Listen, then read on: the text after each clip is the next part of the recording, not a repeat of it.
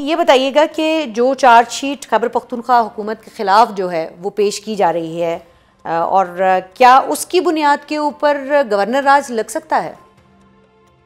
देखें, गवर्नर राज लग सकता है आइन में अगर आर्टिकल 234 जो है उसकी कंडीशंस, 234 की कंडीशंस जो हैं, जो उसके लवाजमात हैं वो पूरे हों।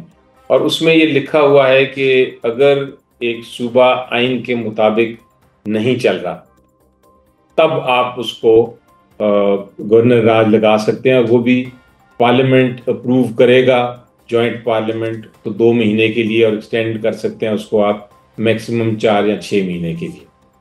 अच्छा। लेकिन जो कंडीशन है कि आप आइन के मुताबिक नहीं चल रही, ये एक बड़ी एक्सट्रीम कंडीशन है। अगर आप डिबेट्स पढ़ें, पार्लियामेंट्री डिबेट्स, तो ये इस किस्म की सिचुएशन है जहां मसलन खुदा न खास्ता कोई सूबा है किसी मुल्क का, और वो सूबा कहता है कि मैं जाके दुश्मन मुल्क के साथ आज़ाद होकर ज्वाइन करना चाहता हूँ। ये ठीक उस है। किस्म की सिचुएशन अगर इतनी एक्सट्रीम, इतनी नहायत संगीन मामला हो कि वो आइन को बिल्कुल तोड़ के जा रहे हैं, तो वो ठीक है। हो सकता है। लेकिन इस इल्ज़ाम पे नहीं हो सकता जो इल्ज़ाम हुकूमत लगा रही है कि गवर्नेंस ठीक नहीं हो रही, या दहशत गर्दी है, या लॉ एंड ऑर्डर ठीक नहीं। ये जो इल्ज़ाम है, इन इल्ज़ामात पे हमारा आइन कहता है कि इन इल्ज़ामात पे आप गवर्नर राज नहीं लगा सकते। आर्टिकल 234, जैसा मैंने कहा, बड़ी नहायत संगीन इमरजेंसी सिचुएशन हो तो फिर आप वो लगा सकते हैं। ऐसी कोई बात मुझे नजर नहीं आती अच्छा बैरिस्टर जिसके साहब, तहत आपकी आप बात का बजा है, लेकिन विफाक तो ये कह रहा है कि जो दहशतगर्द हैं उनको सियासी तौर पर पुष्टपनाही हासिल है, जो मनशियात के कार्टल्स हैं वहाँ उनको पुष्टपनाही हासिल है। चार्जशीट में ये सारी बातें लिखी गई हैं, और जो एक सिक्योरिटी थ्रेट्स वहाँ पर मौजूद हैं वो भी आपके सामने हैं, जो बयानात सामने आ रहे हैं। तो इस पर आप क्या कहेंगे? देखें, ये जो ऐसी बात, सबसे पहले तो अगर कोई ऐसी बात है जो नहीं है, अगर ऐसी बात है तो आप एक्शन लें जो लोग इन्वॉल्व हैं उनके खिलाफ। इस पे गवर्नर राज वाला तो हो सकता ना, आप एक इलेक्टेड हुकूमत है उसको नहीं हटा सकते। और ये तारीख अगर आप देखें तो ऐसी तारीख में एग्जाम्पल हमें मिलता है। PMLN की हुकूमत थी पंजाब में और फेडरेशन में, और पीपल्स पार्टी की हुकूमत थी सिंध में। और आपको याद है कि पाकिस्तान की तारीख में उससे बहुत दहशतगर्दी हो रही थी, सेक्टेरियन वायलेंस भी था, ठीक है। बड़ी बड़ी हस्तियां जो थी उनको असैसिनेट किया जा रहा था, और बिल्कुल लॉ एंड ऑर्डर का पाकिस्तान में बड़ा मसाइल थे। तो उस वक्त इल्ज़ाम लगाया था PMLN ने, एग्जैक्टली यही, PMLN की हुकूमत ने, कि जो सिंध की हुकूमत है वो ठीक अपना नहीं कर रही गवर्नेंस, इन चीज़ों में वो इन्वॉल्व है, और वो किसी किस्म का काम नहीं कर रही, और इसलिए हम गवर्नर राज लगाना चाहते हैं। तो उस पर सुप्रीम कोर्ट ने कहा था कि नहीं, आप ये गवर्नर राज लगाने का ये जवाज़ नहीं बन सकता, ये तो इलेक्ट्रेट का काम है। अगर उनको नहीं कारकर्दगी पसंद आ रही तो पब्लिक जो है वो अगले इलेक्शन में उनको नहीं इलेक्ट करेगी। लेकिन इसका ये मतलब नहीं है कि फेडरेशन बैठ जाए किसी सूबे पे और वहाँ एक गवर्नर राज लगा दे और हुकूमत को डिसमिस कर दे। ऐसी वो प्रोविजन है ही नहीं इस चीज़ के लिए।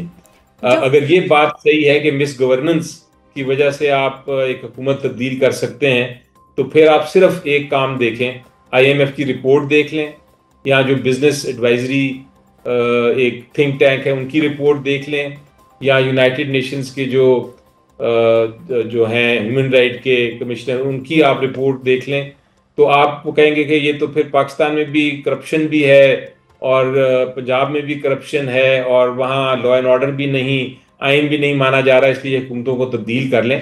तो ये मिस गवर्नेंस पे भी आर्टिकल 234 नहीं लग सकता मेरी नज़र में।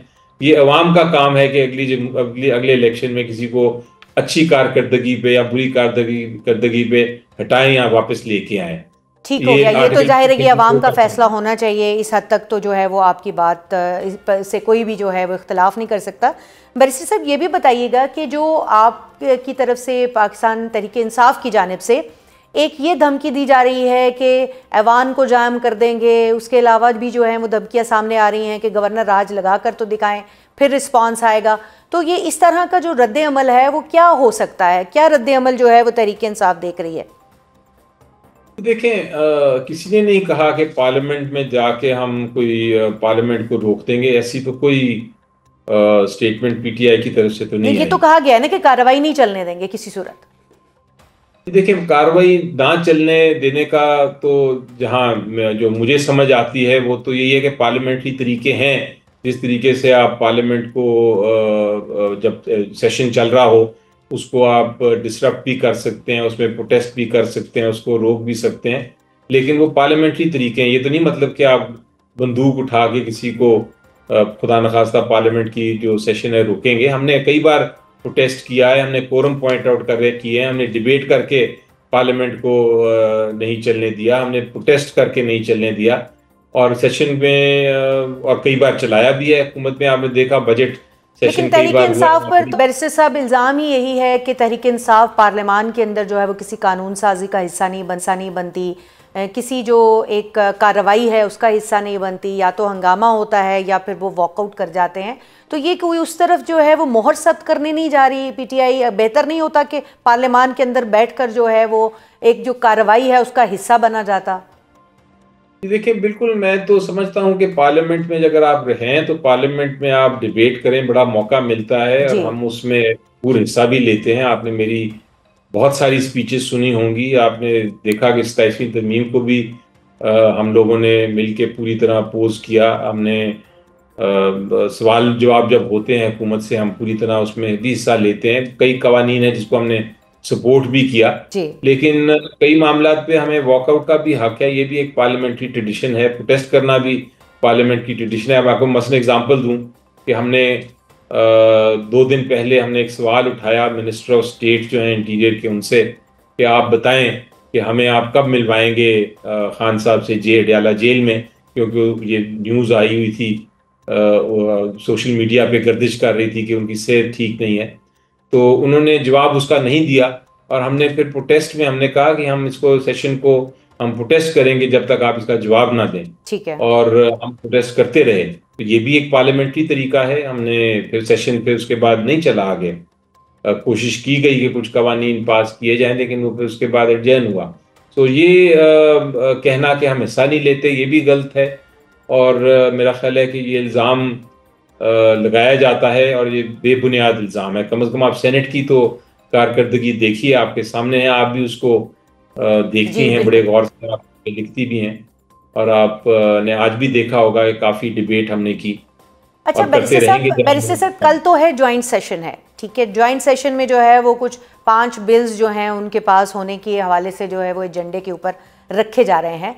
तो कल तहरीक इंसाफ की स्ट्रैटेजी क्या होगी इजलास के हवाले से? आया आप बैठेंगे इजलास में, वॉकआउट करेंगे या अपना एहतजाज रिकॉर्ड कराएंगे? तो क्या होगी स्ट्रैटेजी?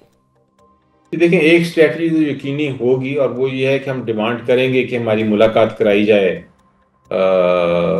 ताकि हम जो जो सूरत हाल है उस पर अपना स्पीकर साहब भी और जो हमारे चेयरमैन सेनेट हैं वो भी उस पर एक्शन लें और हमारी मदद करें मुलाकात के लिए। वो तो है, बाकी प्रोटेस्ट भी होगा, और हम उस पर डिबेट भी करने की कोशिश करेंगे जितनी कर सकते हैं।